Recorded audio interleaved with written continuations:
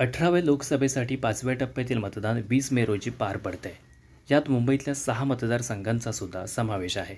मुंबईतल्या एकूण 6 मतदारसंघांपैकी 4 जागा उद्धव बाळासाहेब ठाकरे गटाकडून लढवल्या जात आहेत. यापैकी 3 जागांवर मशाल पेटण्याची दाट शक्यता आहे. मित्रो, आपण ह्या व्हिडिओमध्ये जाणून घेणार आहोत की ह्या मुंबापुरीतल्या 6 लोकसभेच्या जागांचं समीकरण नेमकं काय असणार आहे. मुंबईतला पहिला मतदारसंघ आहे उत्तर मुंबई. उत्तर मुंबई मतदारसंघातून विद्यमान मंत्री पियुष गोयल रिंगणात आहेत. त्यांच्याविरोधात काँग्रेसचे भूषण पाटील निवडणूक लढवत आहेत. उत्तर मुंबई मतदारसंघात गुजराती आणि हिंदी भाषिक मतदान मोठं आहे. त्याचबरोबर या मतदारसंघात मावळते खासदार गोपाळ शेट्टी यांचं कामसुद्धा चांगलं आहे. त्यामुळे इथे भाजपचे पियुष गोयल यांचा दणदणीत मतांनी विजय होईल ही काळ्या दगडावरची रेषा आहे. म्हणजेच उत्तर मुंबई मतदारसंघ भाजपच्या वाट्याला जाणार हे जवळपास निश्चित आहे. मुंबईतला दुसरा मतदारसंघ आहे ईशान्य मुंबई. या मतदारसंघात भाजपचे मिहिर कोटेचा विरुद्ध शिवसेना ठाकरे गटाचे संजय दिना पाटील अशी थेट लढत आहे. ही लढत मुंबईतील सर्वात अटीतटीची लढत समजली जाते. या मतदारसंघात गुजराती भाषिक मतदार मोठ्या संख्येने असल्याने भाजपचं पारडं जड वाटत असलं तरी मराठी गुजराती वादामुळे पेटून उठलेला मराठी माणूस, त्याचबरोबर दलित व मुस्लिम मतांची चांगली साथ मिळाल्यास ईशान्य मुंबईत ठाकरेंची मशाल विजयाचा गुलाल उधळू शकते. तिसरा मतदारसंघ आहे उत्तर मध्य मुंबई. या मतदारसंघात काँग्रेसच्या वर्षा गायकवाड विरुद्ध भाजपचे उज्ज्वल निकम असा थेट सामना रंगलाय. या मतदारसंघात दोन्ही उमेदवारांना समसमान संधी आहेत. या मतदारसंघात दलित आणि मुस्लिम मते निर्णायक आहेत. त्याचबरोबर शिवसेना ठाकरे गटाची साथ लाभल्याने वर्षा गायकवाड उज्ज्वल निकम यांना धक्कादायक मात देऊ शकतात. उज्ज्वल निकम यांच्यासाठी आशिष शेलार यांनी आपली संपूर्ण प्रतिष्ठा पणास लावली आहे. त्याचबरोबर इथे हिंदी भाषिक मते निर्णायक ठरू शकतात. त्यामुळे उज्ज्वल निकम यांनाही विजयाची समान संधी आहे.